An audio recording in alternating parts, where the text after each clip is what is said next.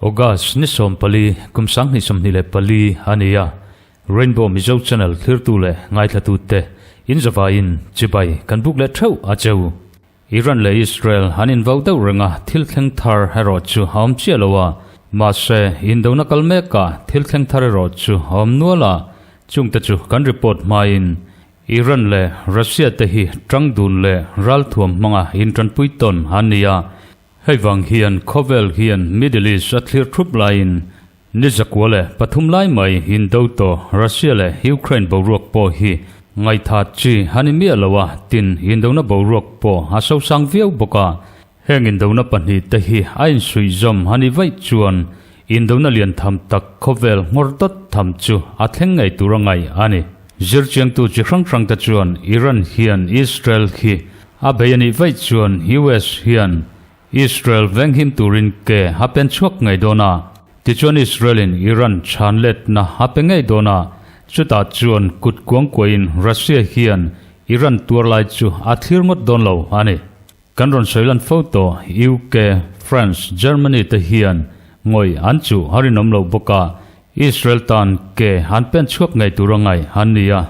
chuti rol chuan Russia hian Iran tan ke pen chuak ani chuan North Korea China le Arab ram then khat te antel ngai turangai ani bok ani zirchen rang han mudan chuan hetiang hian thila thleng chhoni chuan Asia khomol puithlengin haron hongdona ti chuan Asia Pacific region le Indo Pacific region vela Indona bul ronir chuana epicenter tura han ngai chu Taiwan hi ani tabok ani Khovela thil thleng lian zok awma wangin Taiwan le China in karbo ruak po kanron report lai theilowa kan puan lo wang hian boruak adai ta duak ti na po hani chuang lo boka China hian fighter jet te Taiwan van boruak ka hatholu tirchen maya Taiwan chuan hei hi an ngai theilo lea Paris Olympica Taiwan Iowa medal tu po a ho hun tur chiang taka hriat ani wangin China mo North Korea mo hian konglaka lo tihbuai chiat narap thak tak athlen theya han hriat awangin Taiwan chuan fighter jet ral thum fam ki main thuam panni mangin aron hona thlona hi veng turin han tir chuak top mai ani ma sehelam hi kan thu pui ber tur hani lova Ukraine sipai ten Russia ram chung han vadai lutta Indo nezakwale pathumna hian engtin nge thilakal chunjom zel in thlir phot maitang DW chuan voin chun darsom pakhat harikma deuh hreta update anei danin Ukrainian Armed Force 10 Kursk region le hache vela hanchet na chu handu tok tamai lowa Russian border region tho Belgorod region chunga boman kap chok chian maya hei hian thilti chiat le mihring nun na hial po chan na athlenta bompuk na salutu kara Belgorod governor chuan state of emergency hapuang le ta ani Russian President Vladimir Putin chuan thutluk na siamin Ukraine nena hian anram chunga tanga in nuk dok ngal turin hriat tirna hapea ultimatum halosiam toa mase melma teram hruai tu thupek chu Ukraine hian zomantum haulo ni in hriata Belgorod regional governor Vyacheslav Gladkov chuan Ukrainian Armed Force te hian Belgorod region chunga hian bom tam tak anon tipuaka silai mu lengvel tam tak awm boka heiwang hian Belgorod bial chungdin mun chu harsat na le khirkhan takin atlak buaka aboi thak le toni civil mi te chenna building thren khat ta chu anti cheveka thren khat ten liaman tura civil mi poisailo nunna chan po hanom tani ati hetiang tak maya Ukraine sipai ten Russia ram chunga sarkar thunai tu tele sipai te an chai chi ai thai mai hi thilmak takania hei mai hi an buaina halani chuanglo Belgorod regional governor hian tundin muna chuan regional levela state of emergency hi puanania tichuan chumi nuwa chuan federal sarkar commission nena federal state of emergency puang turin ngen na kansiam donani hatibok kanron report tong khan DW chuan voinlama hian karmasa khan Ukraine ramria Russian cars bial point in do pui panni na nuwa Russia ram chung ron lu chila in baina na saber le ram dang sipaiten Russian territory han control na masabar chu athenga Kutch region a hian state of emergency chu puan haloni to bokani tin DW hian voinlama report an peka hian andron sainon hani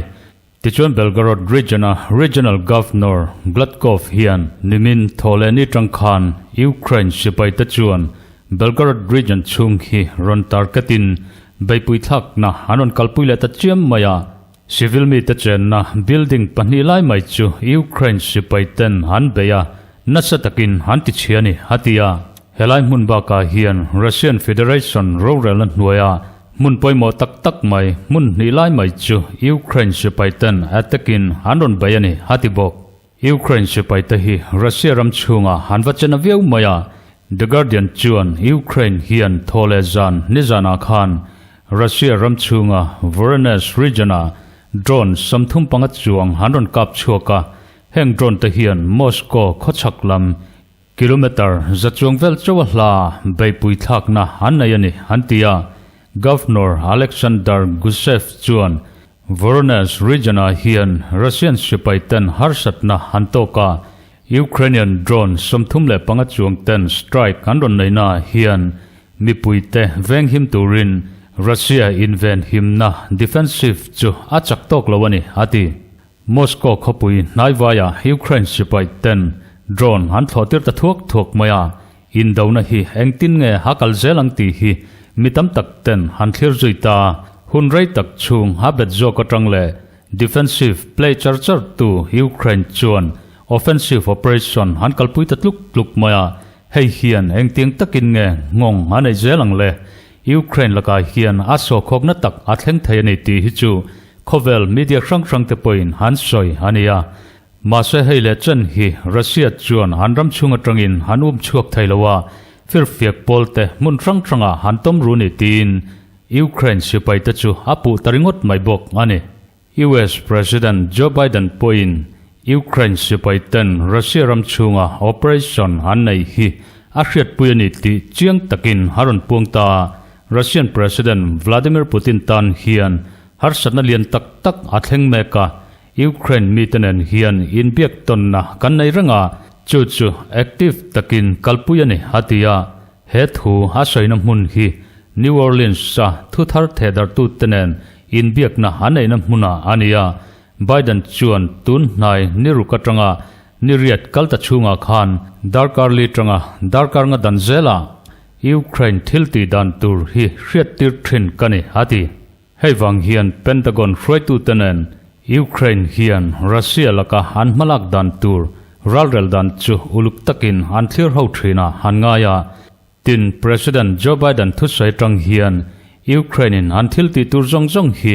an hriat puya an ramti puyani ti po hachiang tabok ani tichuan om ziabera chuan Ukraine sipaita hian US in Roman na hasia mangin he operation hi an kalpui ani deuh barina hriata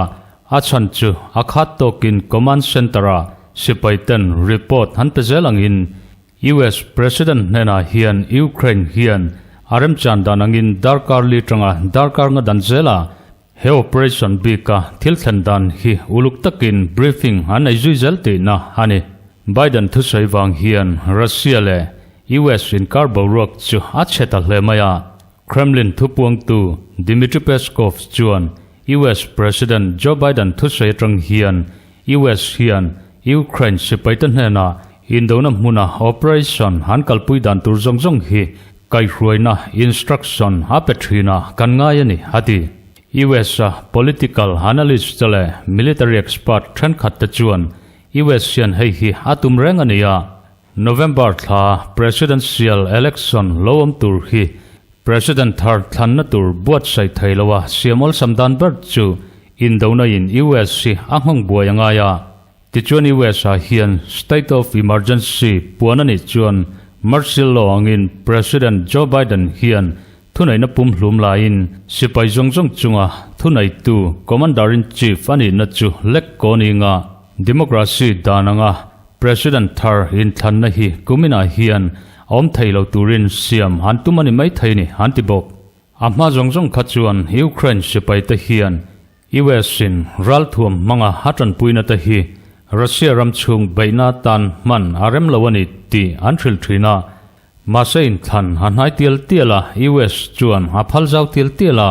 lian thamwak lawin Russia hian an lungoi lo na lantirnan missile mangin US hi haron kap thutani chuan Biden hian martial law hapong turangai hani boka mi pakhatin thunai na pum hlum haken kolain America hian inthlan buat sai hi harem don lo ani engponi se hei hi athleng ngai don ti na hani lawa US thil tumpo hani kherlo thai boka mithren khat expert tale zircheng tu ten ngai danan soina mai chau ania mase thil thleng thei hani tiero chu achiang thung ani Biden hian India taima nizana thu soina hian Ukraine sipaiten akhatokin report an pereng thinani ti chiang takin hasoilanga mase malokin Ukrainian Kursk region luchila border cross sa Russia ramchung hanbei tran level khan President Joe Biden mainilovin Biden administration noya top official frang ta chuan Ukraine sipaite chet na hi US chuan kanhriat puilo mainilovin hebei puithak na hian inrolna pakhat ma kan nei lawani tin an lo saito ani engponi se tundin huna hian Reuters news agency chuan Kursk region a thingtlang khuale town ta mai nilawin Kursk regional capital Kursk city chu ahim lawani ti Russian official ta chuan han puang jara Ukraine sipaiten maktak maya hanon bayatranga kar khat nuwa Russia thunai tu ta chuan Kursk city din mun hi thunun tumin nasatakin man lamek kani hanti ti chuan hei hian chiang taka hatarlan tak chu Ukraine sipaita hian thingtlang khuale ache vel daifem velte beimai lovin Kursk region pumpui thunun turin regional capital Kursk city hi an beitran mek ti achiang ani tin Reuters news agency chuan han report bok ani mithiam tak ten ngaidan sang han nei lain Mizoram chunga trangpon ngaidan sang kan lo nei boka Ukraine sipaita hian Russia rambung thren han territory chung mun thren khat ta hi hanop dan nuaya han da lawang ti rindan hi hom nuala mase Ukraine le Russia sarkar me point hei hi annem nge ania Ukraine chuan Kursk bial square kilometer sang khat vel chu an control na nuaya han da feltoni ti an reporta hei hi Russia lama thunai tu top official tamjok ta chuan annem nget bok ani Kursk biala acting governor Alexei Smirnov chuan Nizan Tholezana Khan video conference mangin Russian President Vladimir Putin nena Ukraine sipaita chuan Russia ramchunga mel sompariat vela zaw khopuile khote jok deutatelin Russian mipuite chen mun khosom nile pariat chu anthunun ti chiang takin haril ani The Institute for the Study of War chuan mepakan muang hian Ukraine sipaita chu border crossing Russia ramchunga hanluta hei hi August ni somle pahnia handin munania masatuna chuan hedin munatang hian nasatakin Ukraine sipaita hian mansona korenevo khopui hi Ukraine sipaita chuan uncontrolled nuaya handa to ti an puanga ti chuan regional capital Kursk city hi an beitran donani ti han puang jar boka hebaka hian Belgorod region lampang po Ukraine sipaita hian han norzui me kanitin ISW chuan report han pe bok ani Russian border chungchanga thunai tu dan sabak chuan Ukraine sami region le Russian Kursk region bial ramri tang hian tundin muna chuan sudja crossing hi Russia ramri hani deu berto maya hei hi Russian border atanga melnga vel zatahla hani toni hatia tuna chuan hatlem bera ramri bai hani tanga kar khachung zat chu Ukraine sipaiten square kilometer sangkhat bial chung haya zauma hi nget takin han control na nuaya han da me kani hati Azias chuan President Vladimir Putin thupekin bom thokna tak maile lian tak mai chu helai bial chunga hian tha kania mase heng te hian Ukraine sipaitan harsat na asiam te chiam lawa achan chu Ukraine sipaitatan hian harsat na lian tham siam khop tur chuan Russian mi pui tam tak thi na hatlen tel hangai dona chu President Vladimir Putin tan hian malak zel dan tur tihar satu ni anti Ukrainian President Volodymyr Zelensky chuan nizan khan indona kaltoa Russian sipai hanman tebaka Belgorod region le Kars region chunga Russian sipai hankuta in peta tachu mitam tak anum toa tichuan heng Russian sipai hanman tele Ukraine sipai Russian sipai ten hanman tachu in thlengton turin remantini ti apung zara indona harsale nasatakara po Kars bila kan sipai te hian manson zela kan state exchange fund po hapung zelani settlement somsari le pali chu Ukraine thunun na nuaya haumani tin Zelensky hian hapung zara The Guardian chuan nizana Ukrainian president in haklaim hi thildik tak kanem ti kanfin fia thailo na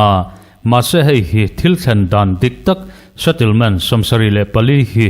Ukraine sipai ten han control na nuaya handa toni chuan Russia rambung than chung square kilometer sangli aya zau chu Ukraine sipai te hian an control na nuaya handa to ti na hanidonani hanti trumdang anglo takin Ukraine President Volodymyr Zelensky hian Oleksiy Syrsky Ukraine top commander nen video kaltlanga thucha asoina hian hanlang duna Volodymyr Zelensky chuan key step poimo berber tachu tilhotling turin romanna siam thoi turin hariat tira tichuan Ukraine top commander Alexander Syrsky hian romanang thlapin engkim ti hlotlin hanimek zelani tin asila mase Oleksiy Syrsky hian enge hanro manna chu tiro soifiana hanelo thung ani Russia chuan Ukraine ang bokin hunkhir tak antong tameka anram chunga Ukraine sipai te chuak tur chuan anmi puitam tak ten antor na thentirangai boksia chu Russia tana malak ti harsa mm2 hanita Ukraine presidential advisor Mikhailo Podolyak chuan nizan tholezana vek khan Russia chu remna chungchang samita lo thailawa tel tura kan nor hangaya tundin muna chuan Russia hian inbiak remna lampang hoi hi adu lo hrimhrima economic lampanga hrek nate diplomatic lampanga pressure hanpek zongjong ta chuan omzia nei lowa mase tuna hian set khat chawin na thok mekani hatia chu Russian territory Kars region hanbei na hi asoina hani Kars region mainilowin region dang Belgorod region le border region thren khata te infrastructure thren khata chu Ukraine sipai ten anti chanwala achan chu Russia in heng mun ta hi aron man tangkai lo na turtana hanti ani thu asoi chuak boka tichon Russian sipai ten helai vela tanga Ukraine ramchung thuk tak mai ron baina tana anton munle landslide tatana an man thren khat ta chu man thei hani tolo nan sanitary zone siamani hatibok heng zongjong atang hian Russian President Vladimir Putin an nimin lampanga thuchua halo siam to Ukraine sipai ten hanraman bei chan chu inbiak nale hinram na tana andin munle anchan thatna turatan man antumani tia asoikha adik viawina hriata Ukrainian Foreign Ministry thupuang tu Georgi tikhi chuan Russia hian inram nale muanna dik tak siam tura apoma thutluk na dik asiamani chuan Ukraine Defense Force ta hian Russia ramchung obzui hi kanthil du anilowa Russia ramchunga operation nei po hi kandu berani chuang lo boka inram na chau kandua chu Russia hian apomani chuan Russia rama baipui kan thak mek hi atop thuayang hati nizan khan UN Security Council meeting ko ania Russia chuan Kars region chung Ukraine sipai tele trangrol ram ten han bayani hatia heiwang hian Ukraine le hathurol puiram ta chu Russia hian natakin habeile donani tin Russia ayo palai chuan hasai chuaka mase Slovenian senior diplomat Clement Ponikvar chuan abeitu hi atur tua kanpom don lawani hati US diplomat Kalepine Point engram nge Ukraine ramchunga hindona chok chuaka mihring telaka thilsolian tak tia rapthak taka chatrin ramchuti hi Khreturin document thatak tak kan kolani hatia churam chu Russia ni hati British diplomat Cathy Jones chuan UN Charter le International Law Principle in ngat remna dik le nget tak siam turin trangrol ram ta chuan Ukraine kan thlop na kan tla hniam ngai lawang hatia Syria Belarus le North Korea tanga diplomat ten Russia an thlop thu an sai thung ani ti chuan tirlama kan ron sai tak kha hei hian chiang takin haron nem heta Syria firfiak pol chikrang krang Hamas le Hezbollah hotene na inkung kaina nei te Iran ne na inkung kaina nei te chu anlaka Israel chuan voitam tak strike alo nei to ani ti chuan UN Security Council a hian China chu ngoi ma se Russian dota afong von tu lian darania Russia dodal zonga resolution siam hantum chuan China hi veto power manga paithatu ani thin ani tichuan Middle East buaina le Ukraine buaina inkung kai chaudan chu heti hian halang chiang tawar maya kan video asai deuh hlek to na Israel lama engtiang in nge thila thlen clear velok teng Iran chuan Israel hi kan bei ngei don ani tin hanla sai ranga ma se hetianga boruak a in mun chauvel chung hi arayang rang viau thina Russia in Ukraine harun don po khan military drill hanai tluk maya khati lai khan harun don ani ti hi ramthrang krang intelligence ten han puang deuh ranga report po kanron petrina ma se run tak to don lo mo kan ti nuwa voile khata haron chathut mai ani kha khatiang deuh khan Iran hi ain bot sai mek ami ti chu ngai tuana haum meka US Secretary of State Antony Blinken chuan Iran in hetianga Israel havaurang nakara hian Israel tana ral thuam pek chho tura anrom mansa ma se US House in halo dan tlat thin chu tuna hian ti fel anita US dollar tluk le dingon somni chung zat man inrem na hi an siam ta hem maya nizan lama khan US Secretary of State Antony Blinken hian he thu hi puang jarin Israel nena fighter jet le ral thuam dang khralna tur chu pomanita ni hati Israel hian thlona hi alei bel hnem don hle maya anlo chulnel le anthiamna le me mai F-15 fighter jet somnga jet mai leitura rom man ania tin battle tank katranga boman ka chhuat ti maila amu singthum sangthum vel jet an leidona mortar atanga ka chhuat chi bom singa jet an leidon boka US in indona tan man chi lir thai chrang chranga siam US dollar makta duai zanga somriat pathum hu jet mai the Pentagon chuan leandram ti ni ti an puangzar bok ani heiba ka hian meitha President Joe Biden an Gaza Rafah khopuya nipui chang tam takte thina thlen tu tur bom hani thayani tia pound sang hi vel zatarit bom thokna tak mai chu Israel nena pek aram ti talawa ma se heipo hi tuna hian US chuan ape chhok donani ti an puangta ani tichuan ni minlama kanron report to khan Hezbollah firfiak pol military wing lampanga an hroi tulok tele politics lama an hroi tulu ta chu Beirut khopui bulloka an headquarters satrangin an in san chok vekani ti kha kanron report to boka tichuan US in Israel nena ral thuam thranem takmai a hlan don ta boka heng zongjong hian a en tir chu